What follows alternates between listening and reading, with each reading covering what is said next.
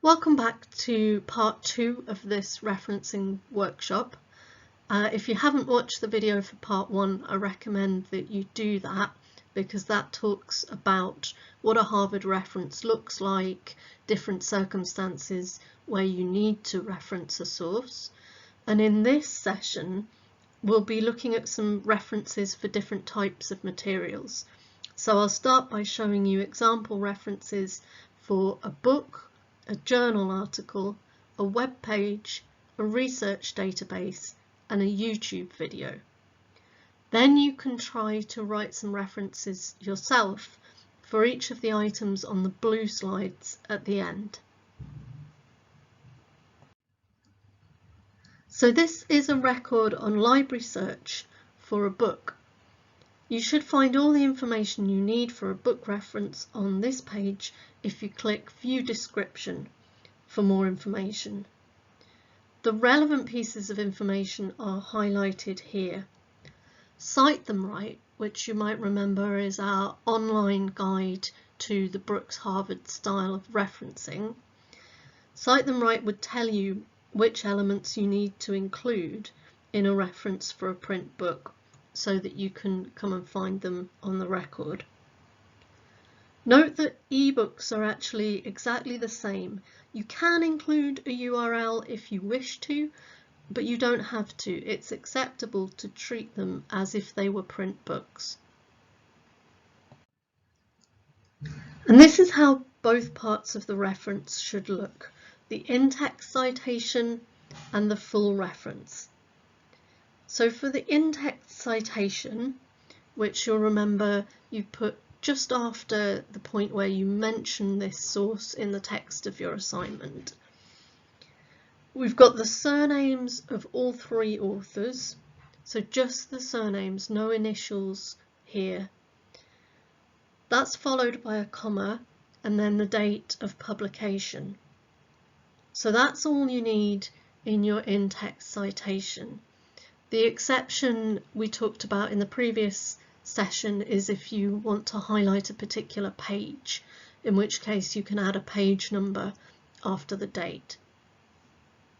In the full reference, which goes at the end of your assignment in your reference list, you start with the author's surnames, but this time each one is followed by their first initial.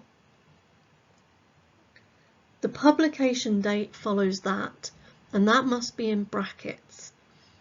There are different styles of Harvard referencing, as we talked about in the first session, and the one that Brookes uses has brackets around the date. That's one of the differences that you might see between different styles of Harvard referencing. Then you have the title, which should be in italics. So again, this is an important detail because it helps to distinguish the title from other parts of the reference, and it gives a clue that this is a book rather than an article. Then you have the edition number. Now you only need this if it's not the first edition of the book. Finally, you have the place of publication, then a colon, and then the publisher's name. So the punctuation is important again here. Make sure you get that colon in the middle.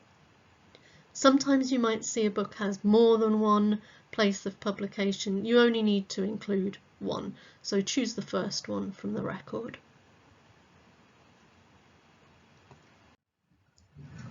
Next, we'll look at an example of a journal article.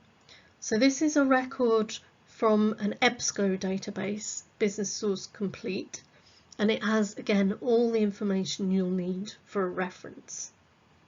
Note that the title also has a subtitle after the colon, and we will need both parts for the reference. And there are 4 authors this time. This is important because there's a helpful rule that if there are more than 3 authors, you can shorten the in-text citation by using et al. This is Latin for "and the others", and it will help to save you words. We do still need all the author's name for the full reference though. Then we have the publication details, the journal title, volume number and issue number, the publication date and the page range, and we'll need all of those as well. Here are the two parts of the reference. Because there are 4 authors, we use only the first listed author's surname, followed by et al. So you can see that this might be useful if you've got a journal article with 8 different authors. You don't need to use up your word count in your assignment to list them all. Then we've got the publication date as usual. In the full reference, we do include all the authors' surnames, and each of those should be followed by their initials. Again, we've got the publication date in brackets, and then next comes the title of the article. So this should be in normal font, but with quotation marks around it. The title of the journal follows on from that, and this is in italics. So again, this helps to tell the reader that this is a journal article, and it distinguishes between the title of the article and the title of the journal that it's published in. Then we have the volume and issue number. So the volume number sits outside the brackets and the issue number within. Volume and issue numbers are important, but they're a bit of a relic from the pre-digital age. If you can think of a year's worth of print magazines stacked in a pile, the volume might be all of the magazines published in one year. And then there is each individual issue, and then within that issue there are individual articles. So journals are still published in this way, even though they're usually digital now. Finally, we have the page range. This includes the start page and the end page, which shows you how long the article is and where to find it within that issue. So there you've got the 2 parts of a journal reference.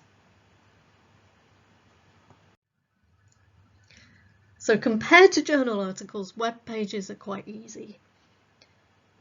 You need the author, which could be a person or it could be an organisation, as in this case. You need the title of the page, not the whole website, just that page that you're looking at, and the URL. You also need the publication date, and this can be a bit tricky to find on a website. So if the individual page doesn't have a date, you can look at the bottom of the website for a copyright date, and it's okay to use that instead. If there's no date at all, you can put no date in words in the reference, but be careful about using a source if you can't find a publication date, because you don't know how up to date that information is. And here are the 2 parts of the reference.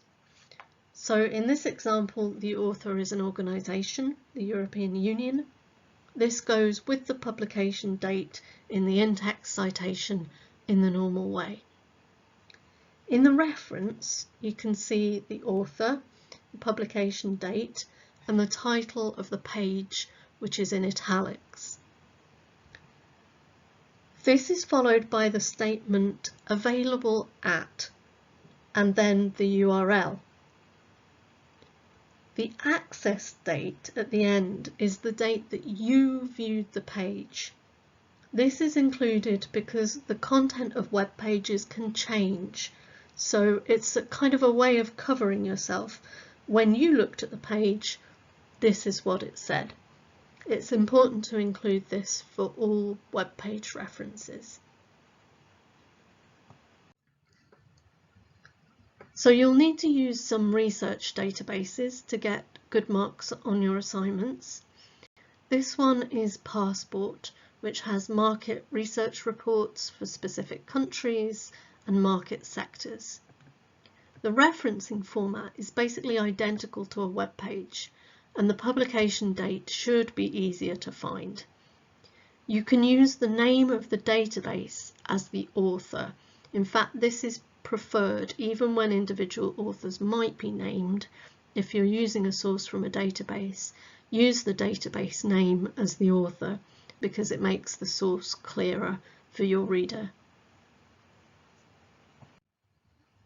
As you can see here, it looks just like a reference for a web page, but because we've cited the database here, it's clear where it's come from. Finally, let's take a look at a video from YouTube.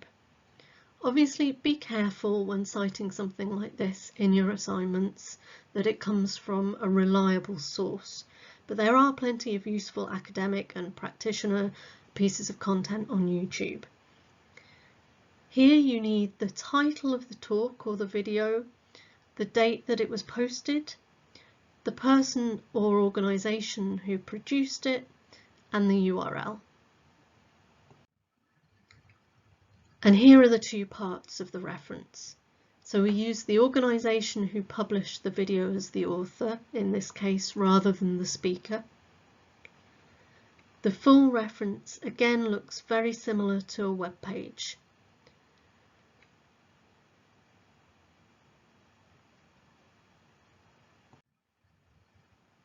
So now it's your turn. The blue slides in this presentation, so slides 13 to 17, have examples of each of these types of content for you to try referencing them for yourself. There's a worksheet to accompany this.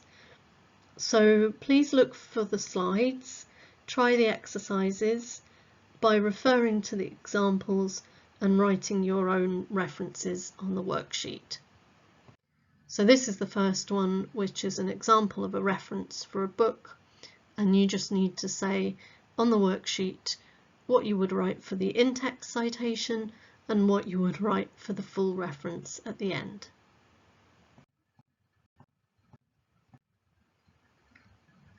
The final slide has a link to your course resource help pages and a link to Cite Them Right, which should help you to know what to include in any type of source you encounter.